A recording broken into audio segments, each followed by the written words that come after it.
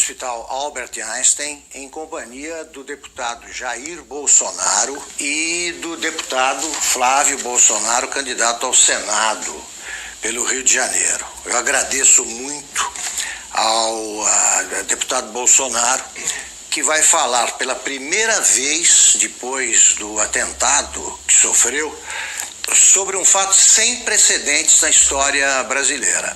Um candidato com grandes chances de vencer a eleição foi esfaqueado durante uma manifestação popular a seu favor.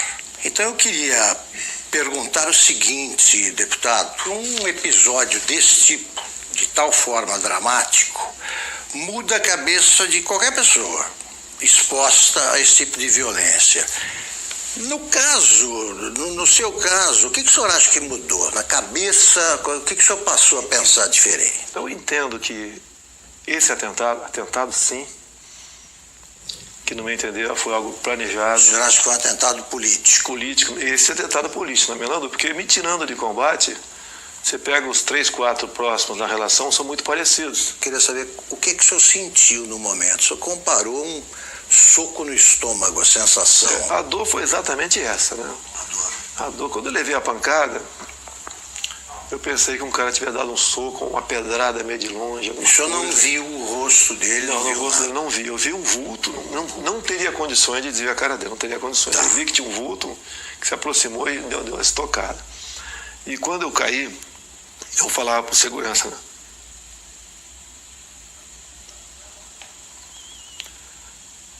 Foi uma porrada no estômago. Porque eu olhei aqui, levantaram a camisa, tinha um cortezinho, mas não sangrava. Foi uma porrada no estômago. Começou a passar o tempo, igual aquela bolada que tirava no futebol. E a dor não passava. Eles já estavam, os seguranças foram excepcionais, né? Os colegas meus da Polícia Militar, da Polícia Federal, tinha mais gente de outros órgãos, com toda certeza. Me levaram rapidamente para o hospital. Bem, o que eu fiquei sabendo lá no hospital? Na Santa Casa de Juiz de Fora. Aconteceu vários milagres, né? Primeiro o cara deu uma facada e rodou. Ele rodou para matar mesmo, o cara sabia o que estava fazendo. Daí já vem esse papinho que ele já foi açougueiro. Açougueiro, ajuda de pedreiro, já começa essas conversinhas todas aí, tá? E por questão de milímetros não atingiu veias aqui que não teria como eu resistir. Foram em 3 lugares no intestino fino e um no grosso, onde espalhou fezes por aqui tudo. Me levaram para o hospital. Eu ainda não sabia o que tinha acontecido, né? Bem, resumindo, foi drenado mais de 2 litros de sangue, 35 pontos, levei aqui, abriram tudo, botaram tudo para fora. Me disseram que eu acordei 2 vezes durante a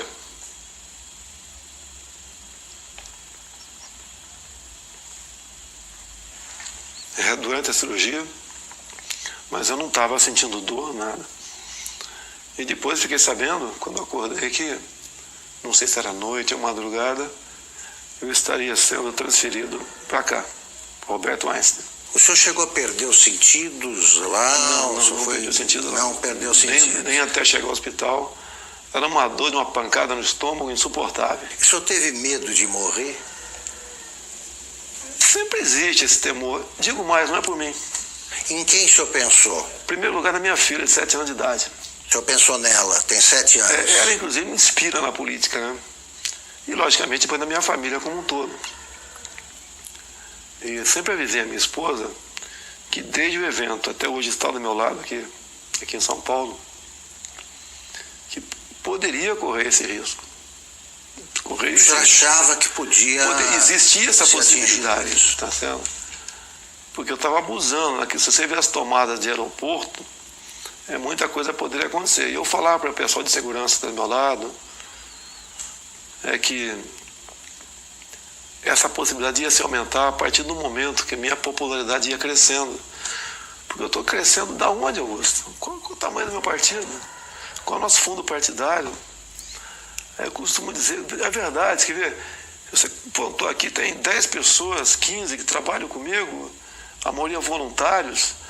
A minha equipe de política ela é menor que a equipe da Polícia Federal, que por lei está à minha disposição. Deputado, o senhor acha que o autor do atentado, o Adélio Bispo de Oliveira, agiu sozinho?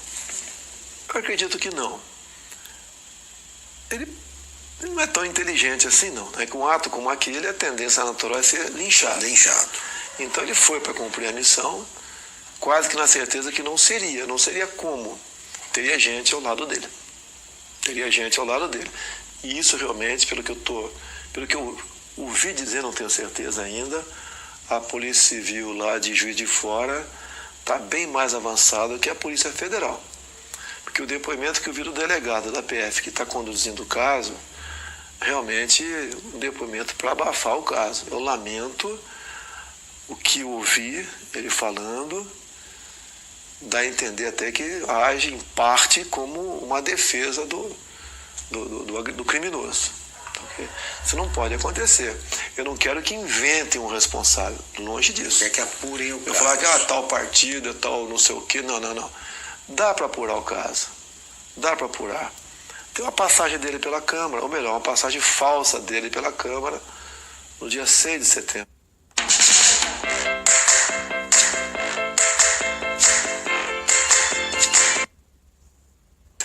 Quando tu vai na Câmara, ô Augusto, você se identifica?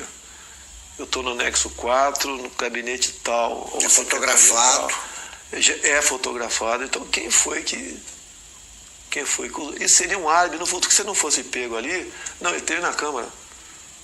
Então, a Câmara dos Deputados, estou também junto ao pessoal do meu gabinete, a Polícia Legislativa trabalha com muita lisura, tenho muita amizade com a imprensa tem que apurar. A imprensa tem que apurar. Sabe que tem parte da imprensa que tenta acalmar o negócio ali, né? Mas tem que apurar. Porque o que está em jogo é o poder.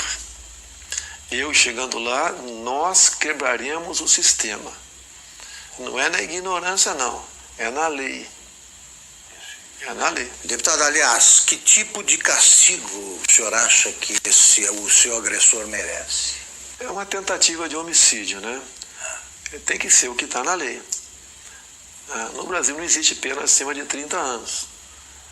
Agora, eu costumo dizer muitas vezes, tentativa de homicídio, ou seja, eu estou vivo por milagre. Por que a pena dele tem que ser abaixo de um homicídio em si? Vamos mudar isso no futuro, se Deus quiser, caso seja presidente. E mais ainda, acabarmos com progressão de pena. E não ficar dando ouvido a entidades de direitos humanos que o presidiário vive em más condições. Que ele estaria em péssimas condições de dia seria minha família se eu tivesse morrido. O senhor acha, para evocar argumentos invocados por adversários, que essa pregação do senhor contribuiu para a radicalização que teria levado a esse tipo de ato, de atentado? Como é que o senhor vê esse argumento? Exatamente o contrário. Eu sou vítima daquilo que eu combato. Eu costumo dizer nas minhas máximas, né? Eu prefiro a cadeia cheia de vagabundo do que o cemitério cheio de inocente. Eu tenho projetos em Brasília, muitos deles inspirados na legislação de alguns estados norte-americanos, como, por exemplo, a lei dos 3 crimes. Lá, Augusto, se o elemento comete 3 crimes, não interessa quais sejam, tem estados que você começa com 25 anos, inafiançado, não, sem progressão. Eu copiei esse projeto e botei 10 anos, vou lutar para que seja aprovado. Não tem cabimento. Você pega um elemento, às vezes, cometer um crime bárbaro aí você vai na ficha criminal dele, tem 50 passagens pela polícia. O cara cometeu 3 crimes, 10 anos sem progressão. Saiu, fez de novo, passa para 20. O ser humano só respeita o que ele teme.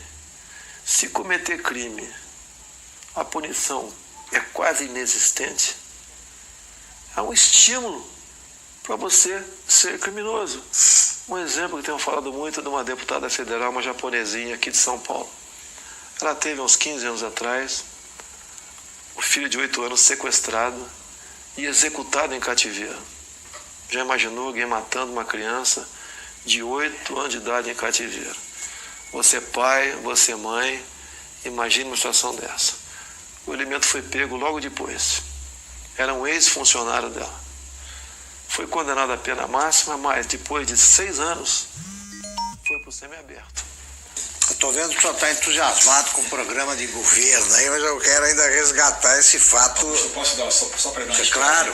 Eu quero dar um depoimento aqui do sofrimento, da angústia nossa quando aconteceu. Eu ia te perguntar como é que foi vista a coisa do outro lado ali. Meu irmão Carlos, ao lado e do outro lado. Meu irmão Carlos está acompanhando meu pai direto nessa agenda, dando suporte para ele, importantíssimo, né? E eu fiquei sabendo por um jornalista.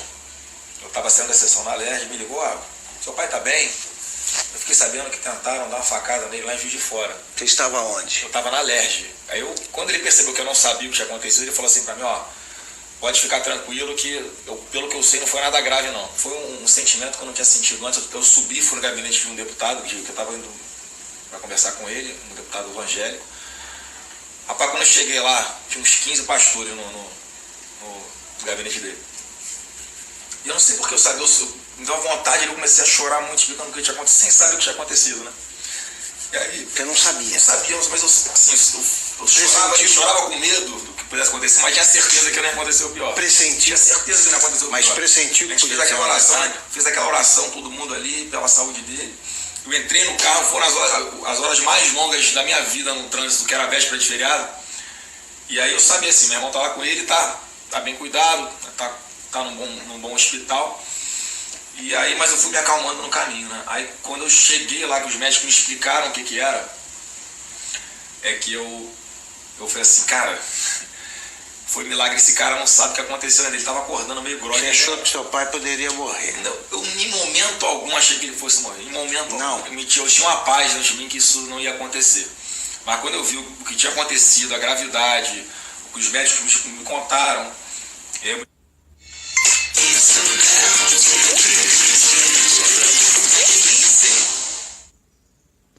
meu irmão me deu uma noção do que tinha acontecido também. E aí olha só o que esse cara me falou. Ele chamou perto, ele não tinha muita força para falar na hora. E aí ele me chamou pertinho da boca dele assim, né? Encostou o ouvido nele. Não foi com essas palavras, foi assim, se deram mal, tô vivo. O cara no momento desse não tá pensando na saúde dele, tá pensando no todo, no que ele representa. Então, eu tenho cada vez mais orgulho dele. Muito. E agora está aliviado. É um choro de alívio, né? E certeza de que Deus está preparando uma coisa muito grande para o nosso Brasil e está usando o cara aí. Com certeza. Deputado, o senhor costuma ser apresentado assim, pelos adversários como um risco à democracia, né? Eu gostaria que o senhor dissesse o seguinte, a democracia, o senhor vai defender a democracia acima de tudo? Que recado o senhor dá para quem duvida que o senhor seja um admirador do regime democrático? Esses caras que falam que são um risco para a democracia, na verdade são um risco aos esquemas dele. Não vai ter mais indicação para BNDES, Banco do Brasil, Caixa Econômica, Banco da Amazônia, Banco do Nordeste, com esse critério. Botar lá a indicação de um amigo para que use essas instituições em causa própria. Isso vai deixar de existir. O exemplo mais claro foi o BNDES. Todo mundo sabe o que aconteceu lá. Então eu sou um risco, sim. Eu sou um risco àqueles que vivem pendurados em estatais do governo. Nós temos em torno de 150 estatais. Conversei com o Paulo Guedes, que rapidamente vai privatizar estatais. Falei, Paulo Guedes, nós vamos priorizar um estudo muito acurado. Não vai haver justiça com ninguém. Mas algumas serão privatizadas, certamente. Vou dizer muitas, tá? No governo do PT, umas 50 foram criadas. Temos até uma estatal do trem-bala, eu não sei ainda. Isso. Tem lá algumas dezenas de apadrinhados ganhando uma fortuna por mês. A tal da EBN também é outra que você tem que olhar com muito carinho, porque é um orçamento de um pouco mais de 1 bi por ano, uma TV que ninguém assiste. E está lá, amigos do rei estão lá. Então, essas estatais que são ociosas, com toda certeza serão privatizadas. Agora, existem estatais que são estratégicas. Tenho conversado com o Paulo Guedes, né? Banco do Brasil, Caixa Econômica. Para mim, são estratégicas. Então, isso daí estão fora de cogitação. E mesmo assim, temos outras você tem que ver o critério, o modelo para privatizá-la. Não é jogar para cima quem pegar tem que examinar. E uma grande preocupação que nós temos. Nós não podemos ser inquilinos de nós mesmos aqui no Brasil. Tem um país aí fora, China, que nós queremos manter relações comerciais com eles, sim, até há interesse por parte deles, mas não podemos permitir que a China ou qualquer outro país, em vez de comprar no Brasil, venha comprar o Brasil. Perfeito. Deputado, a ex-senadora Marina Silva diz o seguinte, que não há prova de que as ideias do deputado Jair Bolsonaro não funcionam, a prova disso foi o próprio atentado, porque tanta gente protegendo não conseguiu impedir que o ataque acontecesse. A Polícia Federal falhou, o senhor notou falhas no esquema de segurança? O ambiente não tem como você ter um sistema de segurança perfeito. É um tumulto ali, né? Eu vejo pela televisão. E eu sempre falava com eles da possibilidade, né, crescente disso acontecer, tendo em vista o nosso crescimento junto à opinião pública. Então eu não culpo a Polícia Federal, não. Eles até ajudaram muito com os policiais militares do Rio que estavam comigo lá. Isso vai evitar, evidentemente, esse tipo de manifestação. Não, eu até as eleições, eu estou em alta até o dia 31. Sim. E a recomendação, eu não posso sair de casa. Se eu levar um esbarrão na rua com a situação que eu estou aqui, pode botar tudo a perder. Então eu não posso ir para a rua, realmente. Eu peço a compreensão dos amigos. Pretendo, a partir do dia 1º, agora, em todo o horário eleitoral gratuito, fazer uma live e conversar com o pessoal sobre as eleições. A última que fizemos, chegou live, né, ao vivo, está 275 mil pessoas presentes. Estão até com uma aceitação muito boa, porque eles acreditam que a nossa proposta sempre é a verdade acima de tudo. E o Brasil também, né, como o nosso alvo principal, ninguém entende como um país que tem tudo como esse ser o que é.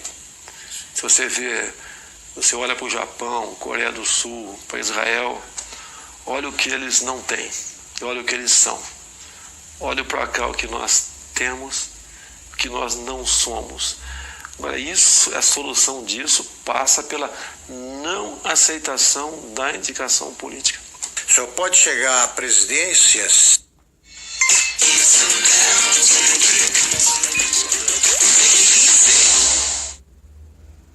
sem equipe e sem gente até para compor o ministério. O senhor vai aceitar a adesão o que o senhor vai estabelecer como pré-requisitos para aceitar o apoio de outro partido? O senhor aceitaria do Centrão, por exemplo? Não vai existir isso aí, Augusto.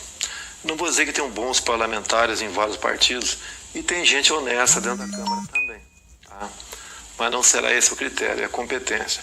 Eu quero, por exemplo, um ministro da Ciência e Tecnologia voltado para a pesquisa, para a inovação. O senhor não sabe quem é? Ainda tem um nome de longe, né, que a gente pensa nele, não sei se seria o mais adequado ou não, tá certo, mas é um pouco inexperiente ainda, o nosso querido coronel da Aeronáutica, Marcos Pontes, o astronauta. Sim. Poderia ser uma pessoa para lá ou para compor o ministério, ou para compor. Então o ministério é importantíssimo. O que faz o jovem sair do Brasil? Falta de oportunidade aqui. Estou aqui, pode botar tudo a perder. Então eu não posso ir para a rua, realmente. Eu peço a compreensão dos amigos.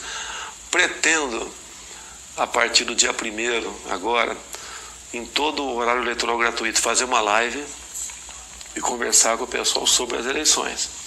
A última que fizemos, chegou live, né, ao vivo, está 275 mil pessoas presentes. Estão até com uma aceitação muito boa, porque eles acreditam que a nossa proposta sempre é a verdade acima de tudo. E o Brasil também, né, como o nosso alvo principal, ninguém entende como um país que tem tudo como esse ser o que é. Se você olha para o Japão, Coreia do Sul, para Israel, olha o que eles não têm, olha o que eles são. Olha para cá o que nós temos, o que nós não somos. Agora, a solução disso passa pela não aceitação da indicação política. O senhor pode chegar à presidência sem equipe e sem gente até para compor o ministério. O senhor vai aceitar a adesão o que o senhor vai estabelecer como pré-requisitos para aceitar o apoio de outro partido? O senhor aceitaria do Centrão, por exemplo? Não vai existir isso aí, Augusto. Não vou dizer que tem bons parlamentares em vários partidos e tem gente honesta dentro da Câmara também, tá? Mas não será esse o critério, é a competência. Eu quero, por exemplo, um ministro da Ciência e Tecnologia voltado para a pesquisa, para a inovação. O senhor não sabe quem é? Ainda tem um nome de longe, né, que a gente pensa nele, não sei se seria o mais adequado ou não, tá certo? Mas é um pouco inexperiente ainda, o nosso querido coronel da Aeronáutica, Marcos Pontes, um astronauta. Sim. Poderia ser uma pessoa para lá ou para compor o ministério, ou para compor. Então o ministério é importantíssimo. O que faz o jovem sair do Brasil? Falta de oportunidade aqui. Então você não pode ter uma pessoa nesse ministério. O senhor vai nomear por critérios, pelo critério da competência, é isso? Olha só, quando eu juntei 120 parlamentares, e vai aumentar esse número, que o meu partido eu acho que vai fazer uns 30 deputados. Estou acreditando em um número modesto. Eu acho que vou ter o apoio de quem vota em mim, votar nos candidatos a federal, a senador, a estadual do meu partido. Eu acho que isso vai acontecer bastante. Até eu vou pedir para não votar no 17, votar no candidato, que tem uma cláusula de barreira aí. São Paulo, por exemplo. Não adianta o meu filho Eduardo, que deve ter 1 milhão de votos, junto com o voto de legenda, poder fazer 8 deputados federais. Esse federal tem que ter 30 mil votos, senão eu não tomo posse. Então ele tem que votar no candidato, e não no 17. Eu posso não ser o ideal, nem teremos nunca o ideal. Mas eu acho que o remédio para o momento, tendo em vista aos demais candidatos que estão aí, seria eu, não teria outro remédio no momento. Para a gente buscar o ponto de inflexão e fazer uma política de verdade no Brasil. E essa maneira de não aceitar indicações políticas, como tenho conversado com parlamentares, é uma maneira de resgatar, buscar o resgate da credibilidade do deputado. O senhor não vai aceitar? Não tem como aceitar. Você pode ver, o Onyx Lorenzoni, por exemplo, no meu entender, seria um excelente chefe da Casa Civil, mas não é indicação partidária, mérito dele. Ele vestiu essa camisa comigo, tá, okay. Ele também passou por um momento difícil a vida dele, não questão de saúde, né? Então é uma pessoa que é adequada para estar lá. Não é que a gente vai dar as costas ao parlamento, não quero papo com ninguém, não, nós queremos atender o parlamentar. Uma das coisas que o parlamentar sempre reclama em Brasília, o orçamento para as emendas individuais, ele é impositivo. Vai ter que sair, Augusto. Antigamente, ele não era impositivo, né? Era autorizativo. Daí o governo chantageava. Queria aprovar algo salgado, chamava a bancada que interessava e liberava recursos. A imprensa divulgava aquilo com o maior estardalhaço e com razão. Quando aparece alguém que fala que quer acabar com isso, a grande mídia não dá bola para isso aí. Então o que os parlamentares querem? Vão ter suas emendas liberadas o mais rápido possível, porque ou muda a lei ou eu libero. A liberação, então, não vou querer chantagear parlamentar para nada. Perfeito. Deputado, vamos encerrar a entrevista até por cuidados médicos. A senhora ainda está convalescendo, está em boa forma, mas convalescendo. Eu queria terminar perguntando o seguinte, o senhor acha que o Brasil, hoje, de modo geral, precisa se tornar mais tolerante? O ambiente está muito radicalizado. Que recado final o senhor dá sobre esse quadro brasileiro? Vou falar o Brasil. Há uma certa potencialização em cima disso também. É a pregação da luta de classe imposta pelo PT. Tá? Agora, logicamente, isso vai da educação do povo. Né? A nossa educação leva para, quanto melhor for, leva para o fim da intolerância. Isso é natural. As provas internacionais do PISA, entre outros aqui, você vê que o Brasil não vai bem na educação de há muito tempo. Você tem que investir nisso para jogar na ponta. Tá? Agora, da minha parte, eu nunca preguei ódio. Eles dizem que eu prego ódio. Eu vi uma matéria dizendo: o Bolsonaro agride gays, negros, mulheres. Me aponte um áudio meu agredindo quem quer que seja. Uma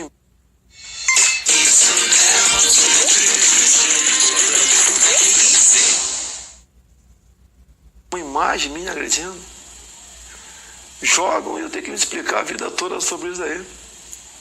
É a minha família, minha nova família. Estou indo para 11 anos de casado com a senhora Michele. O pai dela é o Paulo Negão. Nossa família. E 11 anos atrás ninguém falava de Jair Bolsonaro. Era apenas uma figura lá do baixo clero que dava umas caneladas lá na Câmara.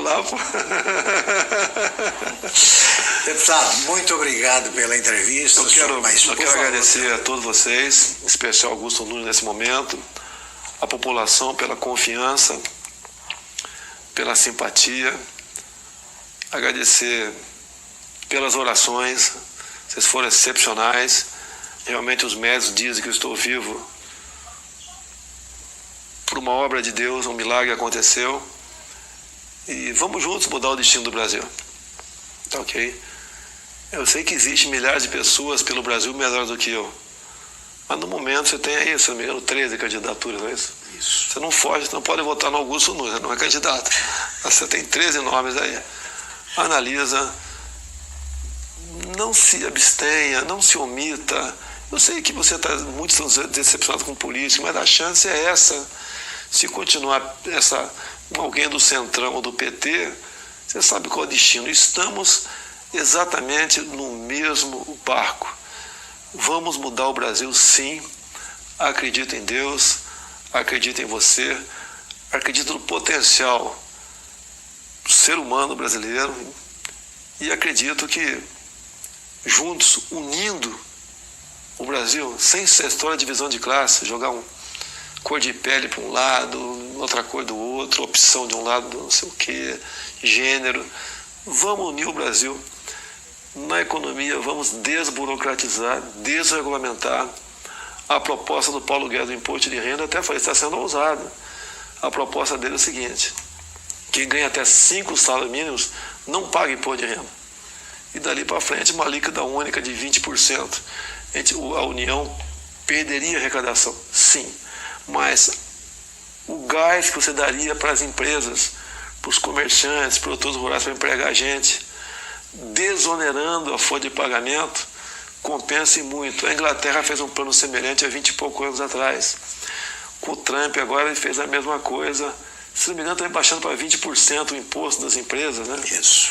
Então, deu certo.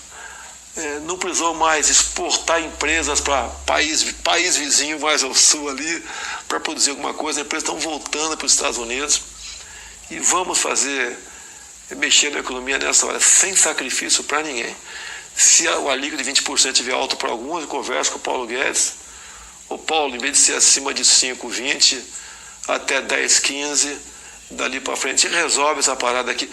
Eu só falei uma coisa no final. Paulo, no final eu quero uma coisa: que a União arrecade menos. Muito bem, muito obrigado, deputado. Obrigado, deputado Flávio.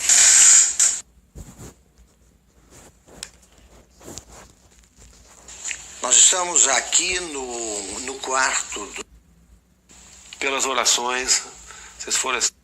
Precisa se tornar mais tolerante, o ambiente... Deputado, muito obrigado pela entrevista. Eu quero agradecer a todos vocês, em especial Augusto Nunes nesse momento, a população pela confiança, pela simpatia, agradecer pelas orações, vocês foram excepcionais. Realmente os médicos dizem que eu estou vivo por uma obra de Deus, um milagre aconteceu. E vamos juntos mudar o destino do Brasil. Tá ok? Eu sei que existem milhares de pessoas pelo Brasil melhores do que eu. Mas no momento você tem aí, se não me engano, 13 candidaturas, não é isso? Isso. Você não foge, você não pode votar no Augusto Nunes, não é candidato. Você tem 13 nomes aí. Analisa, não se abstenha, não se omita. Eu sei que você está muito decepcionado com política, mas a chance é essa. Se continuar alguém do Centrão ou do PT, você sabe qual é o destino. Estamos exatamente no mesmo barco. Vamos mudar o Brasil, sim. Acredito em Deus, acredito em você, acredito no potencial do ser humano brasileiro e acredito que juntos, unindo o Brasil, sem essa história de divisão de classe, jogar cor de pele para um lado, outra cor do outro, opção de um lado, não sei o que, gênero. Vamos unir o Brasil. Na economia, vamos desburocratizar, desregulamentar. A proposta do Paulo Guedes do imposto de renda, até falei, está sendo ousada. A proposta dele é o seguinte: quem ganha até 5 salários mínimos não paga imposto de renda. E dali para frente, uma alíquota única de 20%. A União perderia a arrecadação, sim. Mas o gás que você daria para as empresas, para os comerciantes, produtores rurais, para empregar a gente, desonerando a folha de pagamento, compensa muito. A Inglaterra fez um plano semelhante há 20 e poucos anos atrás. Com o Trump agora ele fez a mesma coisa. Se não me engano, está baixando para 20% o imposto das empresas, né? Isso. Então, deu certo. Não precisou mais exportar empresas para país vizinho mais ao sul ali para produzir alguma coisa. As empresas estão voltando para os Estados Unidos e vamos mexer na economia nessa hora, sem sacrifício para ninguém. Se o alíquota de 20% estiver alto para alguns, eu converso com o Paulo Guedes. O Paulo, em vez de ser acima de 5, 20, até 10, 15, dali para frente, resolve essa parada aqui. Eu só falei uma coisa, Paulo, no final eu quero uma coisa: que a União arrecade menos. Muito bem, muito obrigado, deputado. Obrigado.